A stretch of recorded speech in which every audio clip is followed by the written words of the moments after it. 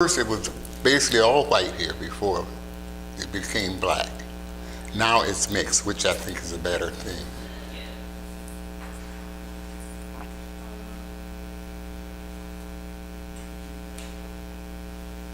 How would you say the University of Chicago plays a big part in the Woodlawn area? They own Woodlawn. I think they play a great part now that we've got that police coming in this area down here. It sort of helps with our crime in the area. And I think they play a great part in this community. And they can play a little more too. They got the money. Do you think that or how do you think that they respond to like community needs? Do you think that they're mostly, do you think they're looking out for their interests, or do you think that they, I don't know, Yeah, I think they're looking out for their interests because the more needs they help, the more property they seem to try to get. They really want to get all the way to the cemetery, and they will probably do it eventually. How would you say the youth play a part in like the Woodlawn area? Is the youth a negative aspect to the community or a positive? I think they're positive because that's the future. can you say more about that? Well, I mean, they're the ones that's going to take over Woodlawn in a few years, and if they want to keep Woodlawn like it is, they're going to have to step up to the goal and start doing better as far as their violence and I think they will once they grow up. It's all in growing up. If they get some more, what should I say, guidance, I think it will become better. Our youth are really not bad kids. They just need training. Oh, one last question I remembered. Did you ever try to sell the clothes that you make in the store? No, No. no. I've always wanted to be private. I like working for people individually, one-on-one.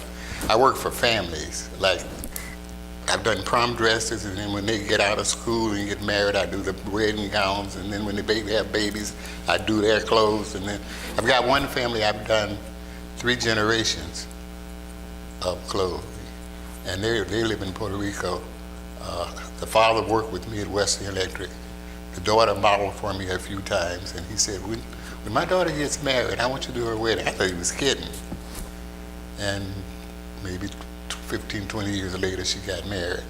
He told me he wanted me to do the wedding. They flew me to Puerto Rico. I took the measurements there because the daughter had moved to Puerto Rico. And the bridesmaids flew back here for a fitting one time. Then the wedding was done in Puerto Rico. I have pictures of that. Did you travel during your Yes, designing career? yes.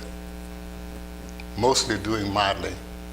What places could you name some of the places that you traveled to? California, we did a show in California every year. Memphis, Denver, Colorado, Atlanta, Detroit. That's a few, because those shows were done every year,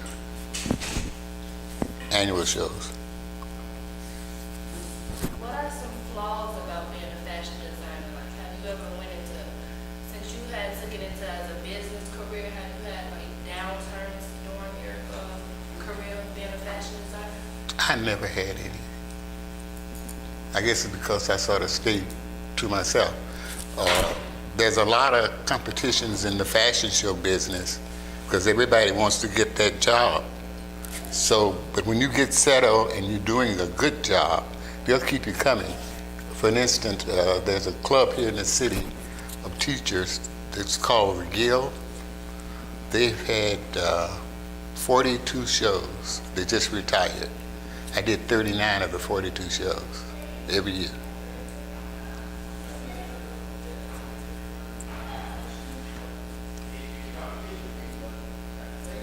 Any more questions?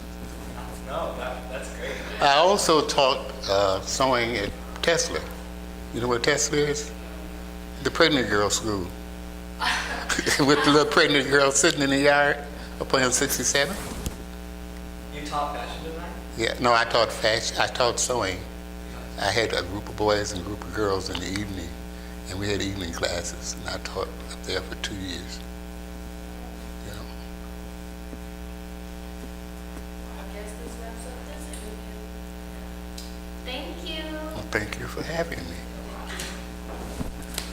I enjoy